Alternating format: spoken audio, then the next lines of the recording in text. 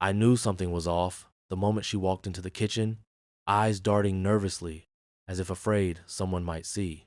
Her hand trembled slightly as she poured a clear liquid from an unlabeled vial into a glass of red wine, then tucked the vial back into her apron like it never existed. Homemade blend from my favorite son-in-law, she smiled, the kind of smile that doesn't reach the eyes. I nodded, said nothing, and quietly switched the glasses when her back was turned. That night, her husband, the same man who had mocked my career at every family gathering, drank from that glass. 45 minutes later, he was pale, sweating, and stumbling toward the bathroom, the sounds of violent sickness echoing through the house like a confession without words. My name is Raymond Adler, 54 years old, an independent photographer based in Flagstaff, Arizona.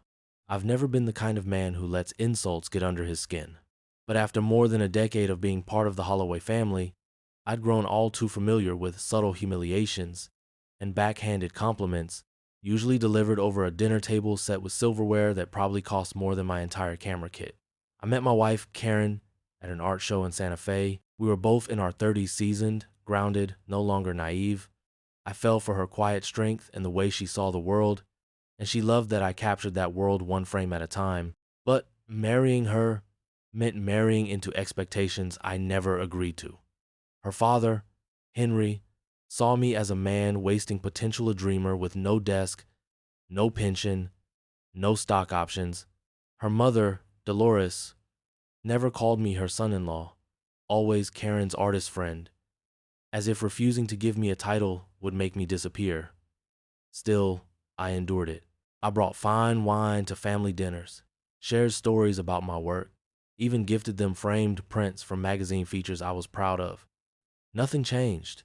I remained a tolerated outsider in their curated world until the night of Dolores' 70th birthday, when I realized I wasn't just disliked, I was disposable, and someone had tried to prove that the hard way. But what they didn't know was that just a few weeks earlier, I'd been diagnosed with early-stage pancreatic cancer. I hadn't told Anyo ni not even Karen. I wasn't ready for sympathy or sorrow, and I didn't want to become a burden while I still had strength to fight. I thought if I kept moving forward, working, loving, surviving, I could buy myself time to figure it all out. But now I was no longer fighting just a disease. I was standing in the crosshairs of people who were supposed to be family, and I knew, deep in my bones, I couldn't stay silent anymore. I met Karen's parents during the early days of our relationship, back when everything still felt new and full of promise. At the time, I thought their cool demeanor was just formality, the kind of guarded politeness you sometimes find in people who live behind iron shirts and plan vacations. But the longer I was around them, the more I realized that beneath their country club smiles and carefully folded napkins was a quiet but persistent disdain, just for me, but for everything I represented. Henry, her father, worked in corporate finance for over 3 decades and had the kind of confidence that comes not from self-awareness, but from decades of being told he was always right. He liked order, plans, predictability, and I was none of those things. At dinners, he'd ask about my photography with the same tone one might use to inquire about a child's lemonade stand. "So, Ray, how's the picture business these days?" he'd say, never quite making eye contact, as if my reply wasn't really required. Then, before I could answer, he'd segue into stories of market performance, investment yields, or his latest round of golf with men who probably wouldn't remember my name even if I painted it on their clubhouse walls. Dolores was subtler, which somehow made it worse. She had mastered the art of passive criticism, complimenting a photo I'd taken only to follow it with a soft sigh and, "Have you ever thought about teaching something more structured?" At family gatherings, she'd include me in group photos only when Karen insisted, and even then, I'd often find myself cut off at the shoulder or slightly out of frame, as if I had never fully belonged. Over the years, I tried harder than I should have. I brought rare wines to their dinners, offered to help with yard work, even showed them magazine spreads that featured my work, thinking maybe, just maybe, if they could see the world through my lens, they might begin to respect the man behind the camera. But nothing changed. Their opinions had ossified long before I arrived, and no amount of success outside their definition of it would ever thaw that ice. Still, I endured their company for Karen's sake. She loved her family, especially her mother, and I never wanted to put her in a position where she had to choose between us. So I bit my tongue when Henry called my work a hobby, smiled when Dolores introduced me as Karen's creative partner, and laughed along when her brother Mason made jokes about me being the artsy one in a room full of grown-ups. But there were signals at first that things were beginning to shift from mere disapproval to something more pointed. Dolores began excluding me from conversations altogether whenever I mentioned upcoming projects or travel assignments. Once during Thanksgiving, she asked Karen to help set the table and whispered loud enough for me to hear, "Maybe Ray can just take some photos of the food. That's more his thing, right?" Karen would always squeeze my hand under the table, her way of apologizing for their behavior, and I appreciated it more than I let on. But what she didn't know, and what I never had the heart to tell her, was just how far her parents had gone in trying to make me feel like an outsider. Last Christmas, I overheard Dolores on the phone with a friend saying, "Karen could have married Brad, the orthodontist with the lake house, but she fell for the starving artist instead.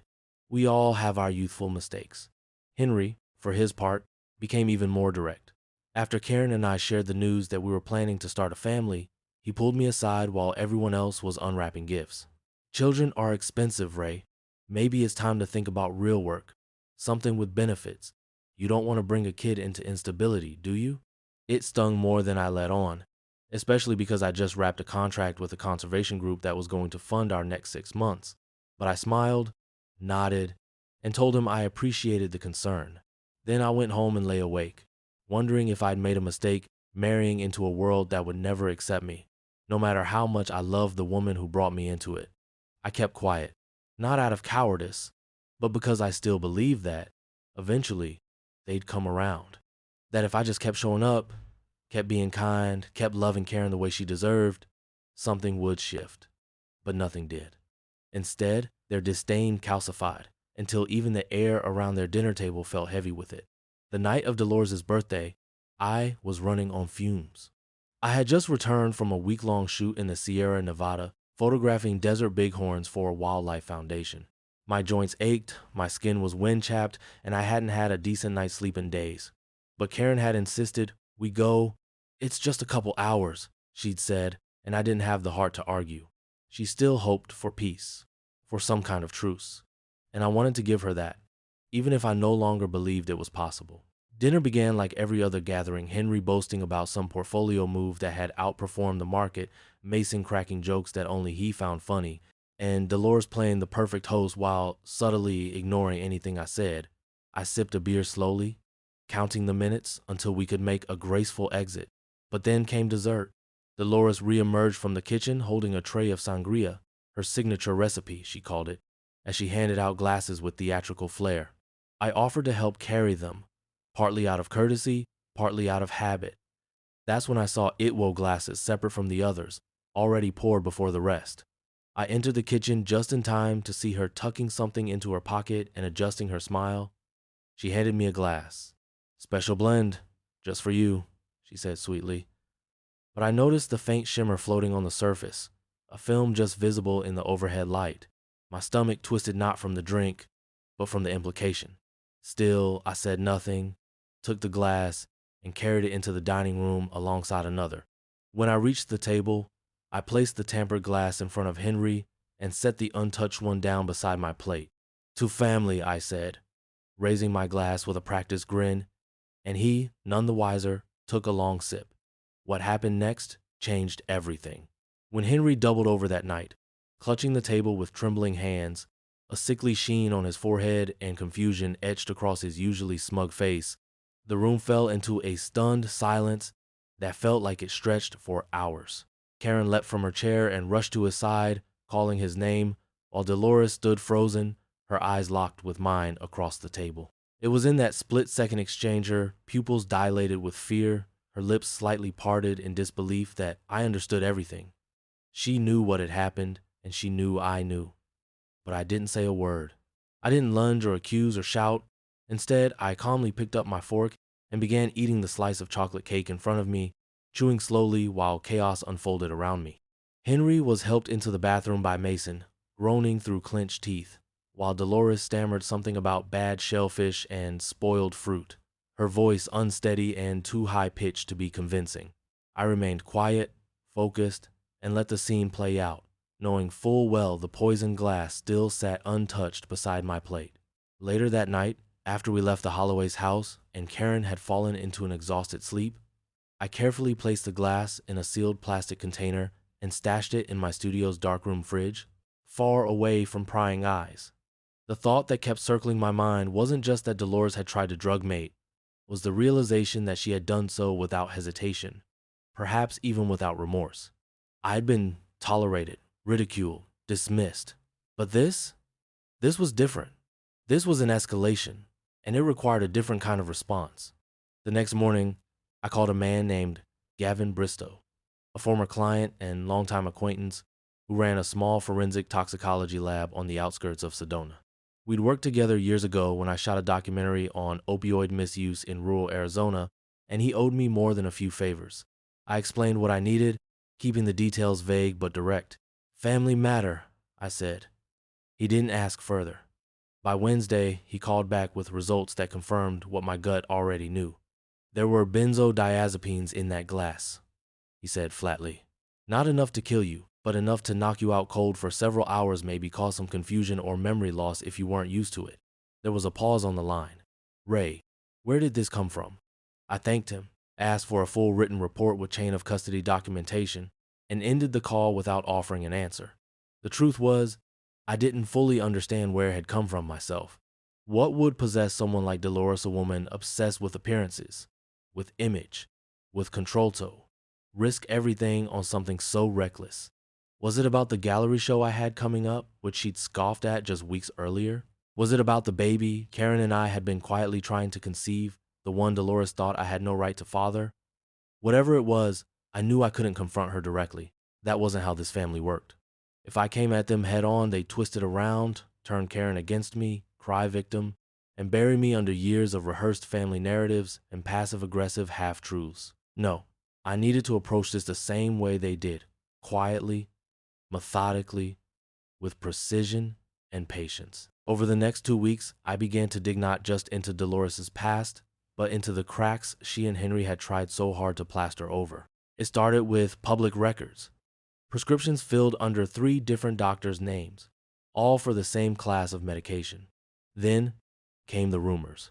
A friend of mine from the local art council mentioned Dolores had been asked to leave her garden club last year after some unsettling behavior at a holiday luncheon. Another woman from Karen's old neighborhood remembered an incident at a charity auction where jewelry had gone missing, and Dolores had mysteriously left early. I pieced together the fragments until a pattern began to emerge of manipulation, control, and increasingly erratic behavior masked behind pearls and pleasantries. I created a digital folder on my desktop and began compiling everything: copies of prescriptions, hearsay corroborated by multiple sources, financial records, and of course, the toxicology report. But I still needed something irrefutable, something no one could spin or deny. That came unexpectedly from Lana, my sister-in-law, Mason's wife. She'd always been kind, though distant, keeping her head down during family events and speaking little unless directly addressed. One evening, I received a message from her out of the blue. "I need to show you something. Please don't tell Mason." The next morning, she arrived at my studio carrying a small flash drive and a tired look that suggested she hadn't slept well in weeks. "I wasn't sure whether to come forward," she said, her voice shaking, "but I saw what happened at the party. I've seen enough over the years to know that this isn't going to stop unless someone stops it." The footage on the drive was from their home security system. Lana had installed cameras to keep an eye on their son's babysitter, but one of the backups had accidentally captured the dinner party's aftermath. What I saw sent a cold shiver through my spine. There was Dolores, pacing in the kitchen, visibly distressed. Henry, still pale and shaken, sat at the counter, trying to sip water. Then came the explosion. "You gave him the wrong glass, Henry," she shouted. "How could you be so careless?" He shot back. "This isn't the first time you've pulled something like this, Dee. I warned you one of these days it was going to blow up in your face." The clip ended, but the implications lingered. This wasn't a one-time lapse in judgment. It was a pattern. It was history repeating itself. I stared at the screen for a long time after Lana left. Not because I didn't know what to do, but because I finally did. This wasn't going to be a confrontation. This wasn't going to be a fight. This was going to be a reckoning, and it was going to be on my terms. In the days that followed, I kept everything to myself. I told no one about the footage, not even Karen, because I knew that the truth, no matter how damning, was useless without clarity. And clarity doesn't come when emotions are raw and loyalty still clouds reason. Instead, I buried myself in my work, spending long, silent hours in my studio editing wildlife portfolios and preparing for an upcoming exhibition that, under different circumstances, might have been the highlight of my year. But all I felt was a growing distance between me and the woman I loved. Karen noticed the change, of course. She asked gentle questions at first: if I was stressed, if my health was declining, if something had happened during her mother's party. I told her I was tired, that I needed space to think. She didn't press, but the space between us widened all the same. Then one afternoon, she returned from her parents' house with eyes rimmed in red and a stiffness in her voice that hadn't been there before. "My mother says you were cold, rude to her. She said you threatened her during the photo shoot." I looked at her, stunned, not by the accusation. Dolores had always preferred the narrative that cast her as the victim, but by how easily Karen had repeated it, how the doubt had already found a place in her voice. "I didn't threaten anyone," I said, my tone even but tired. "But there are things I haven't told you, because I didn't want to hurt you. Things you need to see with your own eyes." She didn't answer. She just walked into the bedroom and closed the door behind her, leaving me alone with a truth I wasn't yet allowed to share. For 2 weeks, we lived like that, two people, occupying the same home, sharing meals in silence, brushing past each other like strangers. She spent more time at her parents' place, and every time she returned, her eyes looked heavier, her trust dimmer. I kept telling myself I could wait this out, that love would bring her back to me when the storm cleared. But I also knew that love, left unchecked and unguarded, could be manipulated, especially by the people who had been pulling her strings since childhood. Then, one morning, a small padded envelope arrived with no return address. Inside was a single USB drive and a handwritten note that read, "You deserve to know the full truth, Lana."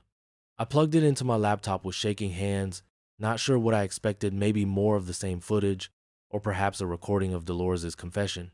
But what I saw was far worse and far more powerful. The first clip showed the aftermath of the dinner party from a different angle, Dolores screaming at Henry, her words cutting through the air like knives. "He was supposed to miss that show. He was supposed to be too sick to go, not you." Henry, still sweating, barked back, "You poisoned the wrong man, Dolores." Again. The second clip showed them 2 days later in their sunroom, arguing in hushed but urgent tones. "Raymond knows," Henry said. "He knows you did it, and he's not going to let it go." Dolores didn't flinch. "Let him talk," she spat. "Karen will never believe him over us, and if she does, then she's not the daughter I raised." My blood turned cold. This wasn't just about Mate, never had been. This was about control, about orchestrating the lives of others as if they were characters in a play only Dolores got to direct. Worse yet, she had already begun sowing seeds of doubt inside Karen's mind. "I've started talking to her," she said in the recording, her tone calm and methodical, "about how he's distant, about how the marriage might not be stable. I don't need to convince her, she'll do it to herself." I watched the clips again, then again, absorbing every word until I felt nauseous, not from anger, but from grief. These weren't the paranoid suspicions of a bitter man, they were documented manipulations, hard evidence of a pattern that went back years. I thought of Karen's first fiancé, the one I'd heard whispers about but never asked much about. I thought of the friends she'd lost touch with, the dreams she'd quietly abandoned after conversations with her parents. This wasn't about a single attack, it was about years of quiet erosion, and now I was simply the latest stone being worn down by the tide. That night, I called Lana. Her voice was quiet but resolute. "They tried to do the same thing to me when I married Mason," she said. "Made me feel like I didn't belong. Convinced him I was manipulative, needy, that I didn't fit the family image. It nearly broke us. I didn't speak out then, but I couldn't stay silent now." I thanked her, not just for the footage, but for the courage it took to share it. Then I did something I hadn't done in weeks. I reached for Karen. She was sitting on the porch, staring at the horizon where the sky turned gold behind the pines. I sat beside her, said nothing at first, then handed her the flash drive. "There are things I need you to see," I said. "Not because I want to hurt you, but because I can't protect you from them anymore." She looked at me with the same eyes I fell in love with, only now they carried the weight of betrayal, not from me, but from the people she had trusted her entire life. I don't know what to believe anymore, she whispered. Then don't believe me, I said quietly. Believe your own eyes. She didn't say another word that night. She watched the footage alone, locked away in our bedroom while I paced the hallway outside, half expecting to hear her pack a suitcase, half hoping for silence. The next morning, she came out red-eyed and pale, carrying the USB drive like it was a loaded gun. I need time, she said, but I believe you, and I'm so sorry I didn't see it sooner. She reached for my hand, and in that moment, I felt both relief and heartbreak relief that the truth had finally broken through, heartbreak that it had to come at such a cost. But I also knew this wasn't over.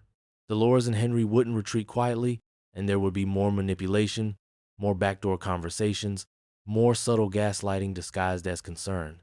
This wasn't just a turning point, it was a declaration of war. And I was ready. There comes a moment quiet, almost anticlimactic, when the weight of truth becomes too heavy to carry alone, and you realize the only way forward is to lay it bare, not just for yourself, but for those who've been unknowingly shackled by it. That moment arrived the night I invited Karen's brother Mason and his wife Lana to dinner. I didn't tell Karen what I had planned, not because I intended to deceive her, but because I needed her to see it all unfold without warning, without preparation, without her parents' version of the story ringing in her ears.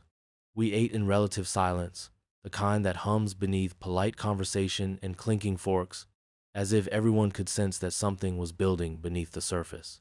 Then, as we cleared the plates and poured coffee, I connected my laptop to the television and stood by the screen, hands trembling not from fear, but from the gravity of what I was about to unleash.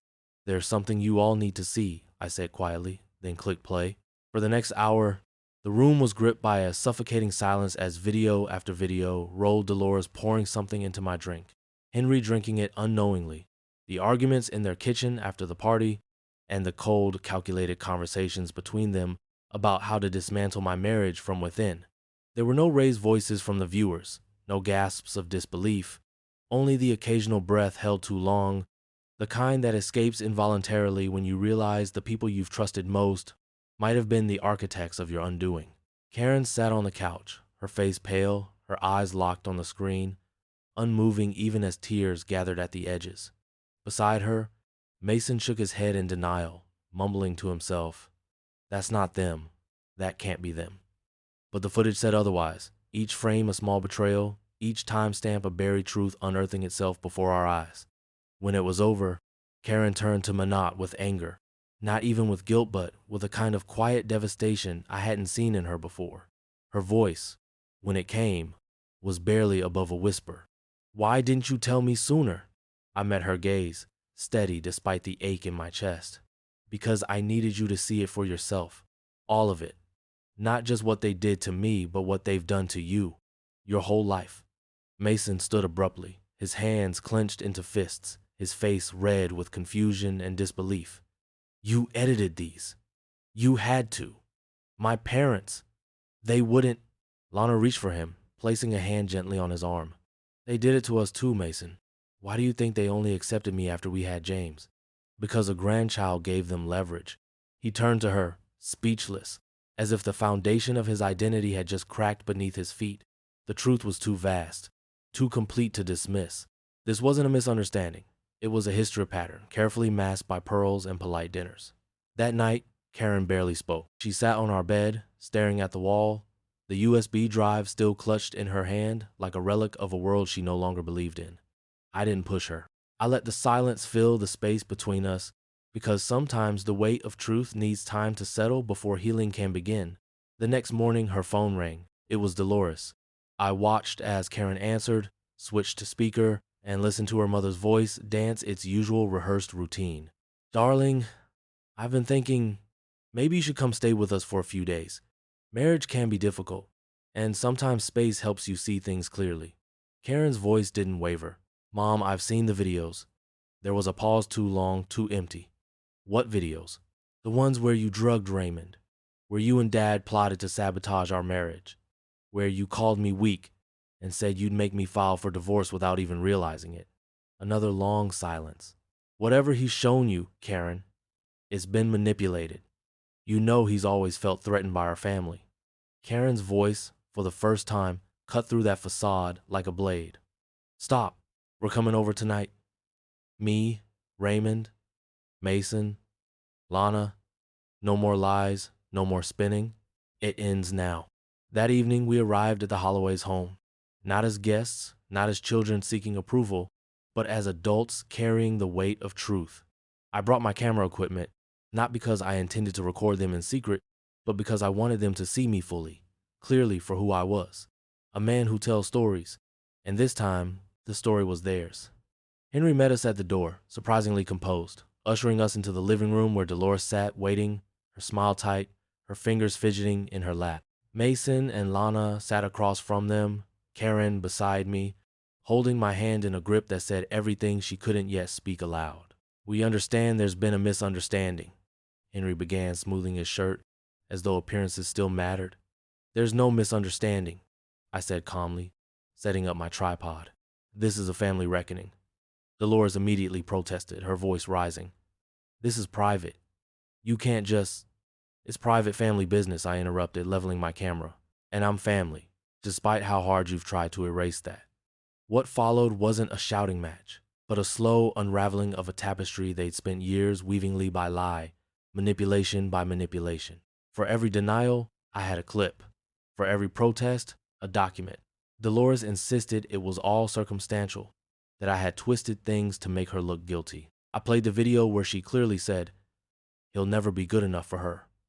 Henry tried to pivot the blame, calling me paranoid, unstable. I showed the toxicology report and the prescription records tied to Dolores' name from 3 separate physicians. Finally, Karen stood, tears streaming down her cheeks, her voice steady but hollow. I love you both, but what you've done is unforgivable. You don't get to control my life anymore. Mason nodded, his voice quieter. We're not children. We make our own choices. Dolores began to cry not from regret, but from the realization that she had lost the power she held so tightly. Henry said nothing, staring into space like a man watching a kingdom collapse around him. As we prepared to leave, I handed Henry a sealed envelope containing the evidence, the videos, the lab results, the testimonies. This is yours, I said. I won't use it to destroy your reputation. That would only hurt Karen. But if you ever try to interfere in our lives, again, if you so much as whisper against Mechapiece, we'll go to your colleagues, your club members, and your partners. I'm not bluffing. Henry looked at me with something that wasn't quite fear and wasn't quite respect. But it was the first time he didn't look through me. I underestimated you, he said finally. I nodded. Yes, you did. 6 months passed like the slow turning of a tide, steady, deliberate, and irreversible. Karen and I began therapy, not because we were broken beyond repair, but because we understood the damage inflicted by those closest to us doesn't always fade with time alone. Some days were easier than others. Some nights were still marked by silence, by questions left hanging between us like unfinished sentences. But little by little, we began to heal not just from what had been done to us, but from what we had allowed to linger unspoken for too long. Mason and Lana joined us in counseling shortly after, and though progress wasn't immediate, it was honest. Mason struggled the most not with anger, but with grief, the kind that sets in when you realize the image you built your life around was a facade, carefully curated by people who claimed to love you. Meanwhile, Dolores and Henry kept their distance, as I had hoped they would. There were a few strained phone calls, a handful of carefully worded text messages sent on birthdays and anniversaries. But gone were the constant intrusions, the manipulations disguised as concern. In their place was silence not hostile, but empty, like a house long since abandoned. Then, just before Christmas, we received an invitation. A formal card embossed with gold leaf, inviting us to a fresh start dinner at the Holloways' home. Karen hesitated, unsure whether peace was truly on the table or if it was just another performance crafted for appearances. But I told her the choice was hers, and after a long pause, she nodded. They're still my parents, she said, but we set the rules this time. And so we did. We stayed in a hotel, arrived late, and left early. During dinner, Henry asked about my latest wildlife exhibit. His voice measured, his interest bordering on sincere. Dolores complimented the roast I carved, and though her smile didn't quite reach her eyes, she didn't mention the past, not even once. At the end of the evening, Henry pulled me aside, a tumbler of scotch in one hand, and offered a proposition.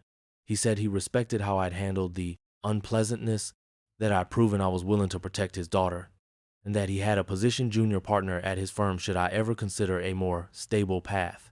I thanked him, then declined without hesitation.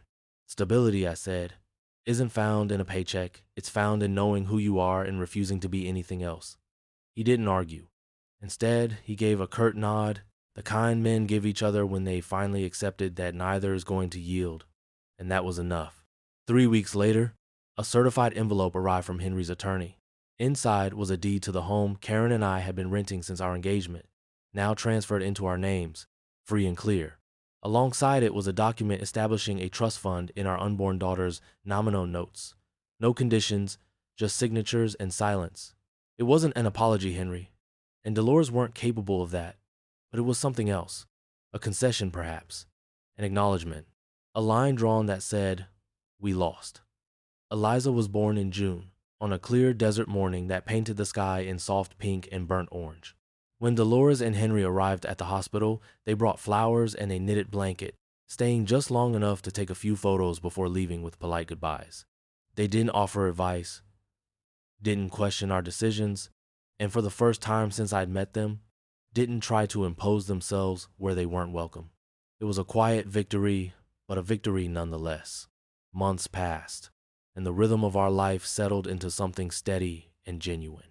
Karen resumed her research work in environmental policy, while I continued building my studio, one print and exhibit at a time. Eventually, I opened a small gallery downtown. Nothing flashy, but personal, real, and entirely mine.